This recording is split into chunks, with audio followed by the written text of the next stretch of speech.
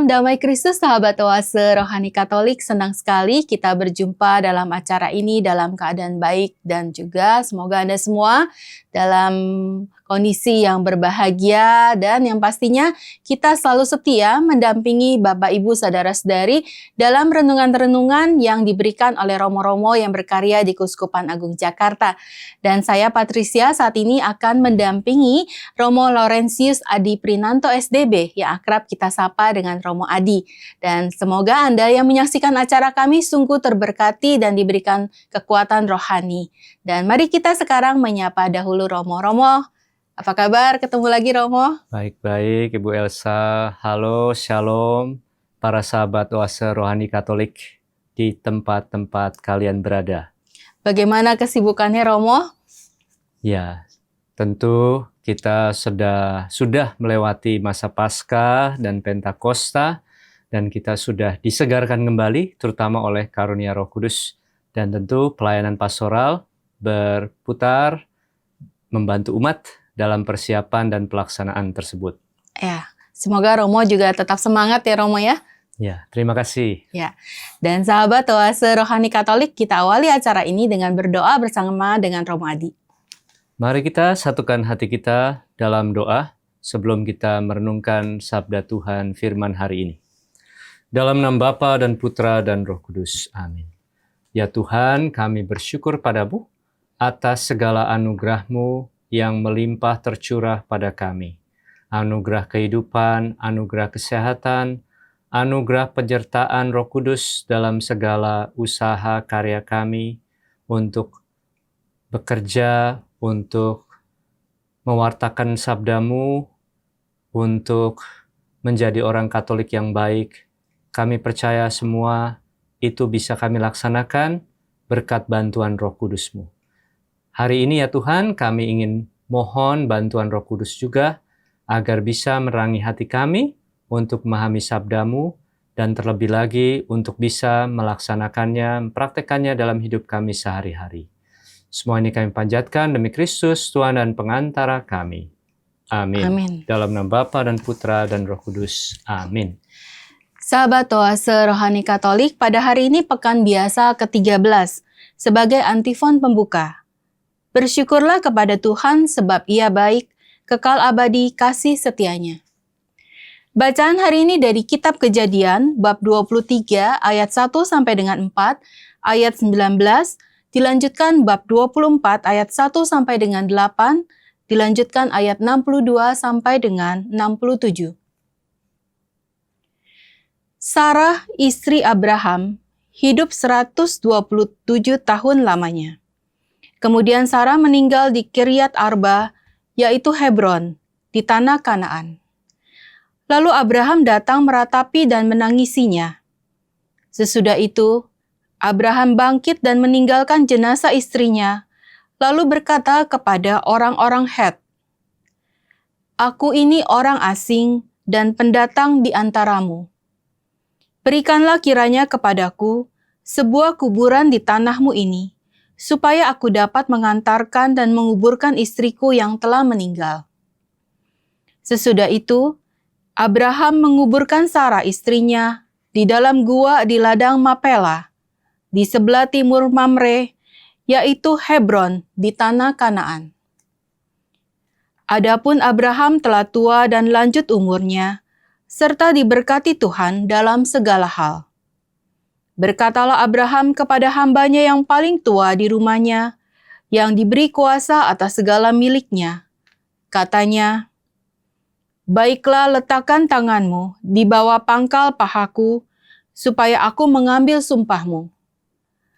Demi Tuhan, Allah yang empunya langit maupun bumi, janganlah engkau mengambil seorang istri bagi anakku dari antara wanita negeri Kanaan tempat aku tinggal ini. Tetapi engkau harus pergi ke negeriku, kepada sanak saudaraku, untuk mengambil seorang istri bagi Ishak anakku itu." Lalu berkatalah hamba itu kepadanya, "Mungkin wanita itu tidak suka mengikuti aku ke negeri ini. Haruskah aku membawa anakmu ke negeri asal tuanku itu?" Abraham lalu berkata, Awas, jangan kau bawa anakku itu kembali ke sana. Tuhan Allah yang empunya langit telah memanggil aku dari rumah ayahku dan dari negeri sanak saudaraku. Ia telah bersabda dan bersumpah kepadaku, negeri ini akan kuberikan kepada keturunanmu. Dialah yang akan mengutus malaikatnya berjalan di depanmu, sehingga engkau dapat mengambil seorang istri dari sana untuk anakku. Tetapi jika wanita itu tidak mau mengikuti engkau, maka bebaslah engkau dari sumpahmu kepadaku ini. Hanya saja, janganlah anakku kau bawa kembali ke sana. Beberapa waktu kemudian, Ishak datang dari arah sumur Lahkai-roi. Ia tinggal di tanah Negeb. Menjelang senja, Ishak keluar untuk berjalan-jalan di padang. Ia melayangkan pandangannya dan melihat ada unta-unta datang mendekat. Itulah hamba Abraham yang kembali dari negeri tuannya dan membawa serta Ribkah, calon istri Ishak. Ribkah juga melayangkan pandangannya dan melihat Ishak. Segera Ribkah turun dari untanya dan berkata kepada hamba Abraham, "Siapakah orang yang berjalan di padang menuju kita itu?" Jawab hamba itu, "Dialah tuanku." Lalu Ribkah mengenakan telekungnya dan menyelubungi diri. Kemudian hamba itu menceritakan kepada Ishak segala yang dilakukannya. Maka Ishak mengantar Ribkah ke dalam kemah Sarah ibunya dan mengambil dia menjadi istrinya. Ishak mencintai Ribkah sehingga ia terhibur atas kematian ibunya. Demikianlah sabda Tuhan. Syukur kepada Allah. Mazmur tanggapan. Bersyukurlah kepada Tuhan sebab Ia baik.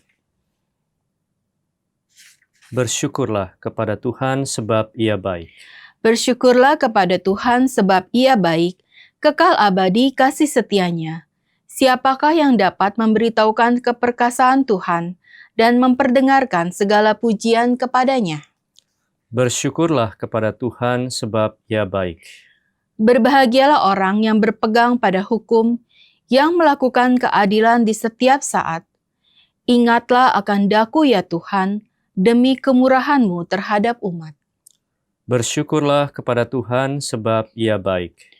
Perhatikanlah aku, demi keselamatan yang datang daripadamu, supaya aku melihat kebahagiaan orang-orang pilihan-Mu, supaya aku bersukacita dalam sukacita umat-Mu, dan supaya aku bermegah bersama milik pusaka-Mu.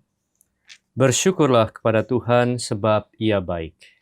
Sahabat Oase Rohani Katolik, marilah kita siapkan hati, kita akan mendengarkan Injil Suci menurut Matius bab 9 ayat 9 sampai dengan 13. Diawali dengan bait pengantar Injil. Aleluya, aleluya. Aleluya, aleluya. Datanglah padaku kalian yang letih dan berbeban berat, maka aku akan membuat kalian lega. Aleluya, aleluya. Tuhan bersamamu. Dan bersama rohmu, Inilah Injil Suci menurut Matius. dimuliakanlah Tuhan. Pada suatu hari Yesus melihat seorang yang bernama Matius duduk di rumah cukai. Yesus berkata kepadanya, "Ikutlah aku." Matius segera berdiri dan mengikuti Yesus. Kemudian ketika Yesus makan di rumah Matius, datanglah banyak pemungut cukai dan orang berdosa, makan bersama-sama dengan dia dan murid-muridnya. Melihat itu, orang-orang Farisi berkata kepada murid-murid Yesus, "Mengapa gurumu makan bersama-sama dengan pemungut cukai dan orang berdosa?" Yesus mendengarnya dan berkata, "Bukan orang sehat yang memerlukan tabib, melainkan orang sakit. Maka pelajarilah arti sabda ini. Aku menginginkan belas kasihan, bukan persembahan. Aku datang bukannya untuk memanggil orang benar, melainkan orang berdosa." Demikianlah sabda Tuhan. Terpujilah Kristus. Sahabat Oase Rohani Katolik, kita sudah mendengarkan 2 bacaan pada hari ini Pekan Biasa ke-13. Dan semoga Anda yang mendengarkan acara kami dapat juga mendengarkan juga renungan-renungan yang akan disampaikan oleh Romo Adi. Dan silakan Romo untuk waktunya. Baik. Pertama-tama kita melihat kisah dari kitab Kejadian, bab 23 dan 24 yang tadi kita dengar bersama. Kita mendapati sosok Abraham dan istrinya, Sarah, serta sosok Ishak dan Ribka, calon istrinya. Pertama kita melihat ada kisah kematian dan penguburan Sarah. Ini merupakan kisah persahabatan antara Abraham yang tidak mengenal perbedaan antara suku, bahasa, dan agama. Jadi di tengah-tengah kisah itu kan tadi antara bab 23 dan 24 itu disingkat ceritanya. Jadi banyak yang dipotong, namun ketika kita membaca sendiri itu akan terlihat ada tema persahabatan. Kisah ini langsung dilanjutkan dengan kisah pencarian calon istri Ishak. Ya, karena mereka ada di tanah Kanaan. Ya. Ketika Abraham mau menguburkan istrinya, dia mencari tanah yang baik, itu milik orang Kanaan. Maka dia mau membeli, lalu sebenarnya orang Kanaan itu yang pemilik ladang mau memberikan saja, namun Abraham mau bersikap adil, dia bilang dia akan membayar sesuai harga yang pantas, dan mereka sepakat. Jadi di situ ada persahabatan. Walaupun mereka beda agama ya, beda kepercayaan. Orang Kanaan dengan Abraham. Beda suku ya Romo? Beda suku juga. Mereka ada pendatang, Abraham itu pendatang. Nah, kisah pencarian calon istri Ishak. Abraham ingin agar mendapat menantu dari negerinya sendiri dan sanak saudaranya sendiri. Ya, jadi yang sejarahnya sudah jelas dan asalnya jelas suku bangsanya. Ia tidak mau calon menantu dari Kanaan karena orang-orang Kanaan itu menyembah dewa-dewa Kanaan. Dewa-dewi Kanaan. Berarti tidak sesuai dengan iman Abraham. Ya. Abraham percaya kepada Allah yang Maha Kuasa, satu-satunya Allah yang hidup. Dan tadi kita sudah mendengar panggilan Abraham, ya. Tema panggilan hari ini, Abraham itu ketika ditanyai oleh hambanya, mungkin wanita itu tidak suka mengikuti aku ke negeri ini untuk ikut bersama dia, dibawa untuk bertemu dengan Ishak. Apakah Ishak yang harus dibawa ke sana? Lalu Abraham bilang, jangan sekali-sekali, karena Tuhan telah berjanji padanya untuk memberikan keturunan dan memberikan tanah. Ya, negeri ini akan kuberikan kepada keturunanmu. Jadi dia memegang teguh janji Tuhan ini. Artinya dia, panggilan Abraham adalah untuk percaya kepada Tuhan dan untuk setia melaksanakan kehendak Tuhan, yaitu dia tetap tinggal di negeri tersebut. Dan ini adalah panggilan Abraham. Makanya dia menjadi bapa iman kita. Abraham, bapa iman kita. Selain 4 tokoh yang disebut tadi, ternyata ada satu tokoh penting yang bahkan tidak disebut namanya, yaitu hamba Abraham yang paling senior tadi dikatakan, yang mengelola seluruh isi rumah Abraham. Dia tangan kanan Abraham. Dia diutus Abraham untuk tugas yang sangat penting ini, mencari calon istri bagi anak tunggalnya. Dan inilah benang merah yang menyambungkan antara bacaan pertama dan bacaan kedua. Jadi panggilan. Temanya panggilan. Tadi sudah dijelaskan tentang panggilan Abraham. Nah, ini juga ada panggilan sang hamba. Dan pas nama hamba ini tidak disebut, dia bisa mewakili kita, seluruh umat Katolik. Jadi kita kan tidak perlu disebut namanya. Nah, kita ini seperti hamba Abraham ini. Yang penting ikut instruksi Abraham.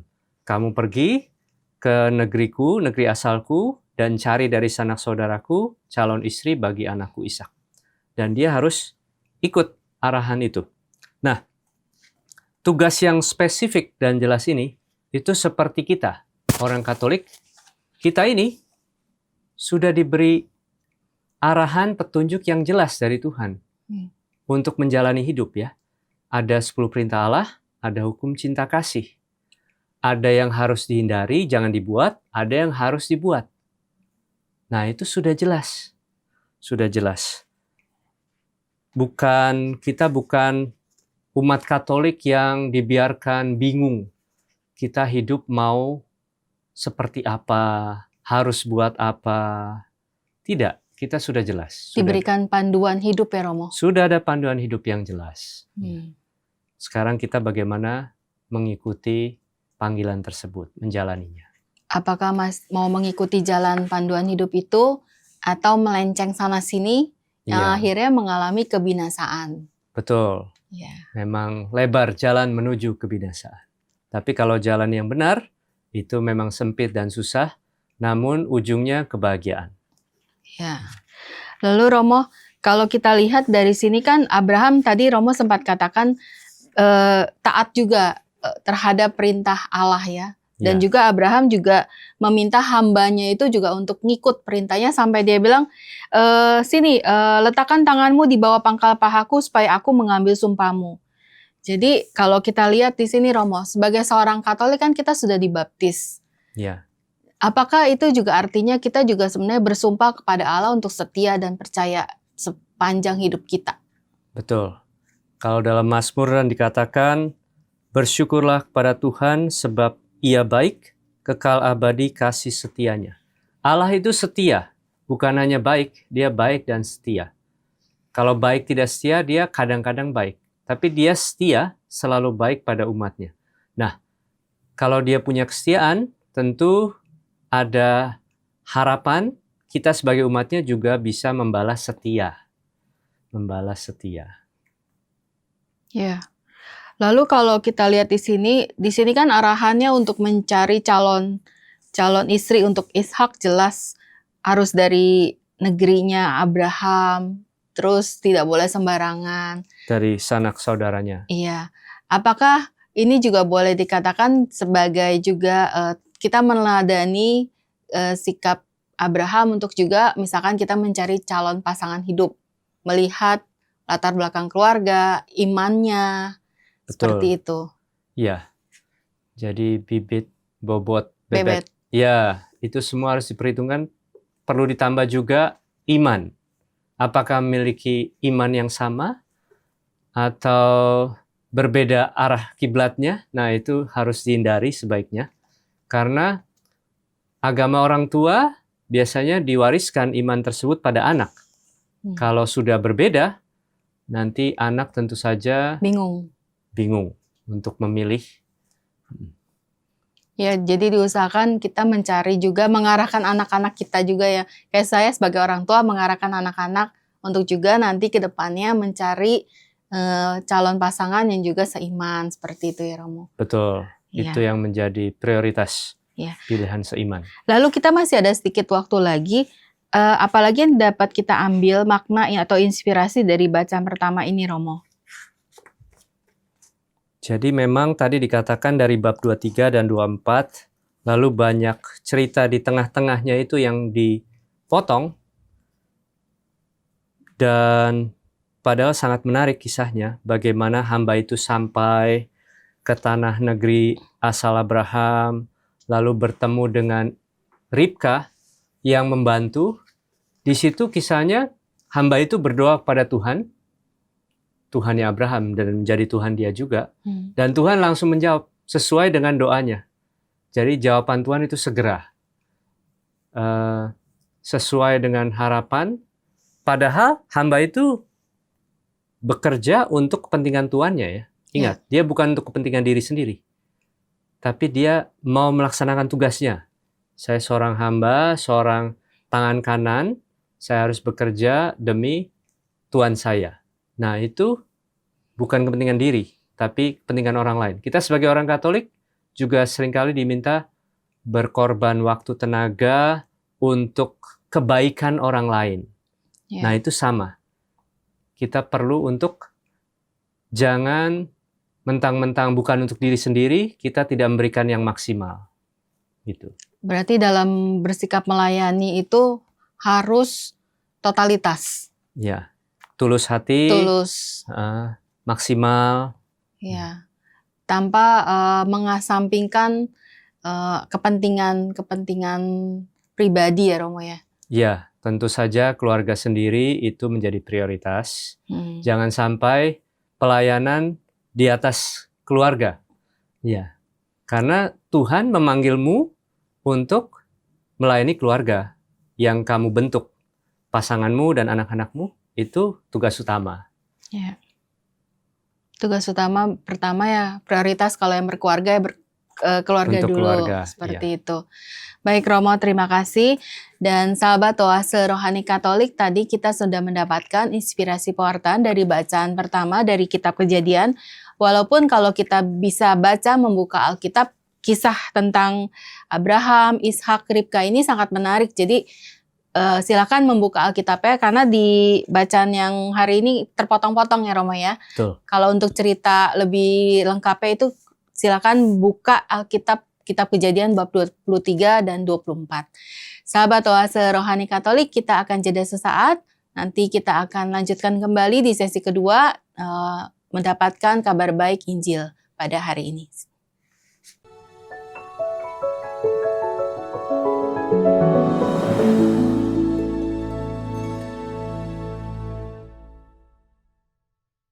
Sahabat Oase Rohani Katolik, terima kasih Anda masih menyaksikan acara kami dan kita akan lanjutkan kembali. Kali ini kita akan ke Injil. Injilnya cukup singkat, bacaan Injil pada hari ini dari Injil Matius bab 9 ayat 9 sampai dengan 13. Silakan Romo. Dalam Injil kita mendengar kisah panggilan Matius. Panggilan menjadi murid Yesus. Yesus mengatakan padanya, ikutlah aku. Ini juga prototipe untuk panggilan kita masing-masing. Kita semua mendengar Tuhan atau Yesus memanggil kita masing-masing. Ikutlah aku. Ikutlah aku, ikutlah jalan kebenaran ini dan kehidupan, supaya kamu mendapatkan hidup dan mendapatkan hidup secara berkelimpahan. Nah, itulah panggilan kita. Ada hal yang dipermasalahkan oleh orang-orang Farisi, yaitu Yesus makan bersama dengan Matius, para pungut cukai, dan orang berdosa.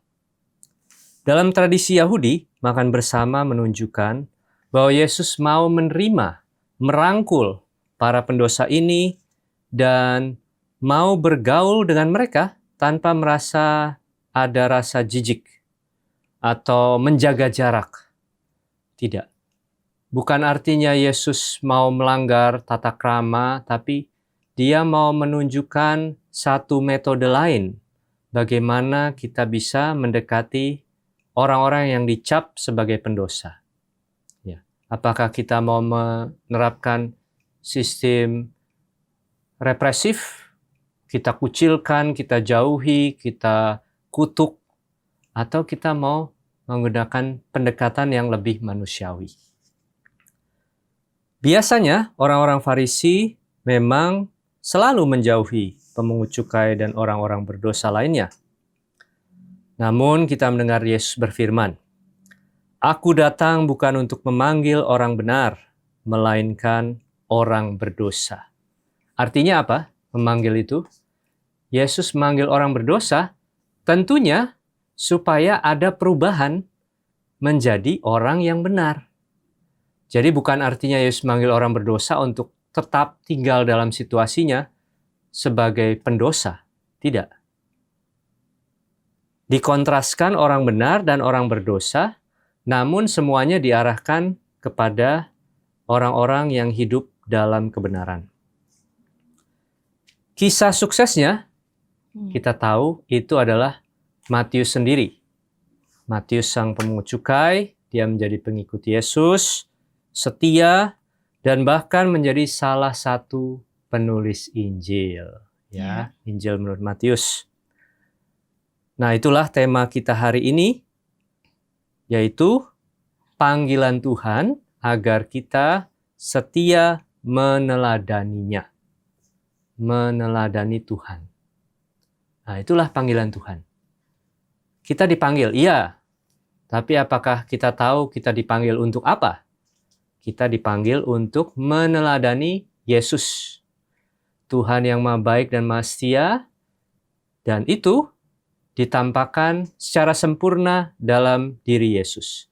Yesus adalah wajah Tuhan yang tak kelihatan. Kalau kita sebut Allah Bapa, kita tidak pernah melihatnya. Namun dalam sosok Yesus, dia menampilkan wajah Tuhan.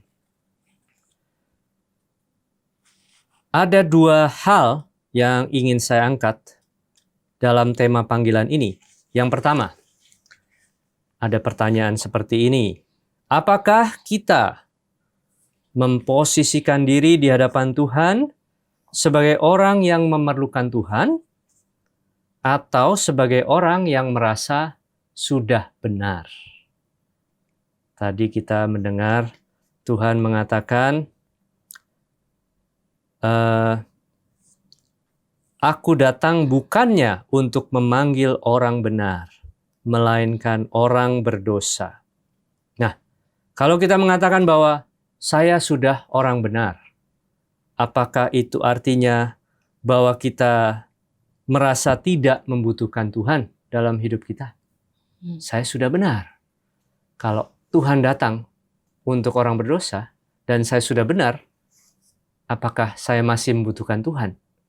Nah, padahal dalam kitab suci juga dikatakan orang benar jatuh 7 kali sehari. Ya, kita manusia lemah itu sering jatuh dalam dosa. Sama seperti orang sakit tidak akan mencari dokter. Kalau kita merasa sebagai orang benar, kita tidak akan mencari Tuhan. Yeah. Lalu hal kedua, dikatakan, pelajarilah firman ini, yang ku kehendaki adalah belas kasihan dan bukan persembahan. Yesus memberi contoh langsung. Tadi kita dengar bahwa dia mau makan bersama para pemungut cukai dan orang-orang berdosa. Dia membela mereka ketika orang-orang Farisi mengecam. Ini orang-orang berdosa, kenapa kamu makan dengan mereka? Kamu pengajar umat Israel. Harus memberi contoh. Ya, itu tidak dikatakan dalam kitab suci. Tapi diandaikan mereka mau ngomong begitu. Berikan teladan. Kan biasanya mereka ini dijauhi. Dan kamu sekarang malah mendekati mereka. Belas kasih Tuhan ditampilkan secara sempurna oleh Yesus Putranya. Dia menjadi penebus kita. Memberikan keselamatan dengan cara menebus dosa-dosa kita.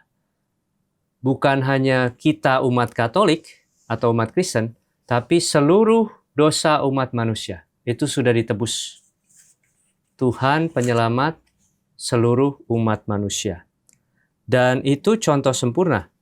Ketika kita berbuat baik, tapi terlalu pilih-pilih, hanya berbuat baik untuk keluarga sendiri, untuk sanak saudara sendiri, artinya kita belum mencontoh Yesus secara sempurna.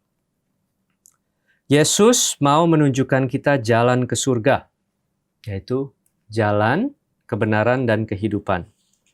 Itu dilakukannya dengan sabda-sabdanya, firman-Nya yang kita dengar setiap hari, dan juga teladan hidupnya. Jangan hanya mengutip kata-katanya saja. Kita lihat teladan hidupnya, karena teladan hidupnya berbicara lebih banyak daripada sabda-sabdanya saja.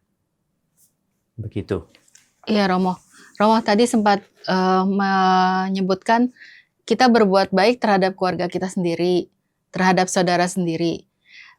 Hanya begini, Romo, pemikiran. Misalkan keluarga kita memang sudah dalam keadaan baik gitu. Tapi saudara kita entah itu mungkin om, tante, atau sepupu gitu kan, itu mereka kehidupannya mungkin secara ekonomi secara ekonomi lemah gitu. Nah, ada yang berpikir seperti ini, Romo. Lebih baik saya memberikan bantuan ke saudara saya itu, karena saudara saya yang dekat itu kan ya lagi kesulitan, dibanding dengan orang yang tidak saya kenal. Pemikiran ini benar gak, Romo? Maksudnya apakah bisa diterima? Ya, seperti dikatakan tadi, memang kita dipanggil sebagai murid Yesus, dan kita juga punya panggilan untuk hidup berkeluarga, ya, sebagai umat, itu berkeluarga, dan namanya hidup berkeluarga itu persatuan antara dua keluarga besar, ya, keluarga suami dan keluarga istri.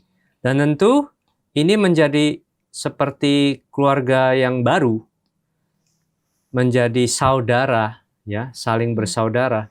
Dan tentu kita punya prioritas juga. Memang itu menjadi prioritas. Kalau kita bisa menolong saudara kita, kenapa tidak? Namun yang mau ditekankan adalah janganlah kita membatasi diri.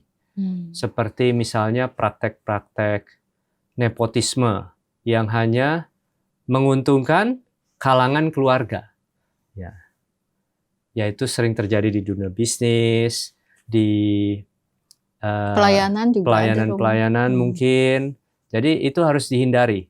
Jangan sampai, oh saya mau melayaninya yang ini karena ini keluarga saya, lalu yang lain meminta, akan sulit. Oh saya sepertinya sibuk. Tapi ketika keluarga sendiri meminta, langsung. Ya, malah bahkan mungkin membatalkan janji yang sudah dibuat dengan umat yang lain. Misalnya. Berarti harus ada hikmat, kebijaksanaan, dan prioritas ya, Romo ya. Yang kira-kira yang sangat urgent siapa. Ya. Dan jangan membatasi diri. Kalau memang sudah bisa membantu keluarga sendiri, dan Tuhan masih memberikan rahmat dan berkat-Nya, masih ada yang bisa dibantu orang-orang lain, ya harus membantu. Kita punya kewajiban. Iya. Harus membantu, kita punya kewajiban untuk itu. Romo, kalau kita lihat lagi, di sini kan orang Farisi ini begitu sepertinya nyinyir ya, Romo, memberikan kritik kepada Yesus karena Yesus makan sama orang-orang yang berdosa. Tuh. Nah, kita sebagai umat Katolik juga terkadang menghadapi kritik-kritik yang kadang tidak masuk akal atau tidak benar terhadap diri kita atau pelayanan yang kita lakukan. Bagaimana kita menghadapi situasi seperti itu, Romo? Ya. Dalam pelayanan tentu saja kita perlu mengikuti prosedur atau SOP, karena prosedur itu sudah dibuat belajar dari pengalaman-pengalaman yang sebelumnya. Bagaimana mencegah timbulnya pandangan yang salah, padahal karyanya sudah benar, tapi mungkin karena dilakukan di tempat yang salah, orang tidak tahu bahwa itu adalah karya resmi. Misalnya ketika memberi konsultasi, sudah ada kantor, misalnya kantor pelayanan, konseling itu, ruang konseling, ya. Tapi kalau misalnya umat melihat ini konselingnya dibuat di restoran atau apa, mungkin mereka seperti dibimbing ke arah pemikiran yang salah. Nah, makanya penting juga yang namanya prosedur. Kita mengikuti prosedur. Karena kalau tidak, kita bakal bisa menjadi batu sandungan bagi orang lain. Niatnya baik, yang dibuat baik, tapi cara pelaksanaannya agak keliru. Nah, itu bisa menjadi batu sandungan bagi umat yang lain. Kita menghindari hal itu. Iya, jangan jadi batu sandungan dan juga jadi orang yang menimbulkan kritikan juga ya, Romo ya. Iya. Maksudnya yang kita lakukan sesuai dengan prosedur. Iya. Ya, baik Romo. Kita sampai di akhir acara. Dapatkah Romo memberikan sedikit kesimpulan dari dua bacaan pada hari ini, Romo? Iya. Jadi tadi saya mengatakan bahwa temanya adalah panggilan Tuhan agar kita setia meneladaninya. Dalam bacaan pertama kita melihat panggilan Abraham dan panggilan hambanya itu, hamba seniornya itu, dan mereka sama-sama dipanggil Tuhan untuk setia dengan kehendak Tuhan, bahwa Tuhan menghendaki, saya berjanji padamu dan keturunanmu akan memberikan keturunan yang banyak dan tanah di Kanaan. Maka mereka harus setia tetap di situ. Tidak bisa Ishak dibawa pergi, kembali pulang, lalu Abraham ditinggalkan sendirian, lalu mereka tidak kembali lagi. Tidak, mereka harus kehendak Tuhan adalah mereka di situ. Dan dalam Injil kita mendengar bagaimana Matius mengikuti panggilan Tuhan. Yesus memanggil dia, mendekati dia lebih dahulu. Dia orang berdosa, namun dirangkul oleh Tuhan. Dia bertobat, menjadi murid setia, dan bahkan pengarang Injil yang bisa menjangkau jutaan orang yang membaca Injilnya untuk percaya pada Tuhan. Luar biasa sekali. Padahal dia dari pendosa ya. Kalau rasul-rasul lain nelayan menjadi penjala manusia, dia dari pemungut cukai jadi penulis Injil. Bayangkan, kalau itu misalnya dari para pendosa itu ada di tingkat yang paling parah menurut pandangan orang Farisi, wah ini pemungut cukai, ini pengkhianat bangsa, pengkhianat iman.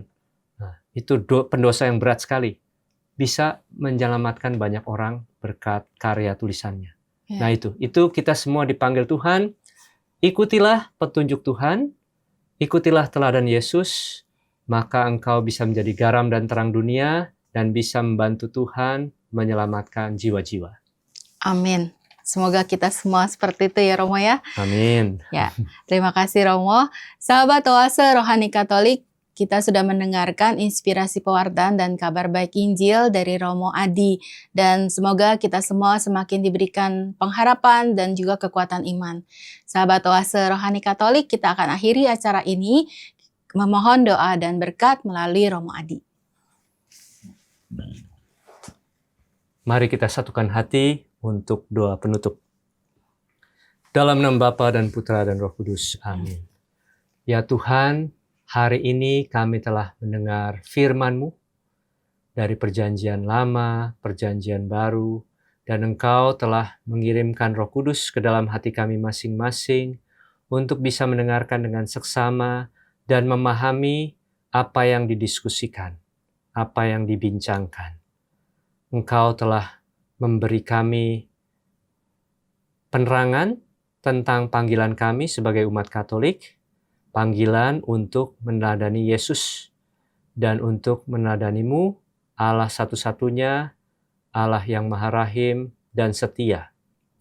Semoga Roh Kudus-Mu tetap tinggal dalam hati kami, menyertai kami supaya bisa mempraktekkan, terutama hukum cinta kasih, karena belas kasih lebih tinggi dari persembahan.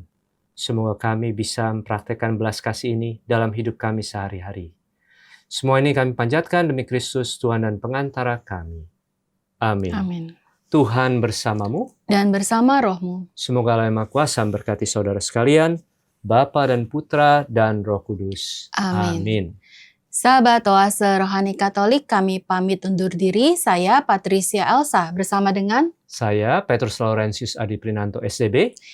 Semoga kita berjumpa kembali dalam kesempatan lain dan jaga kesehatan, tetap semangat.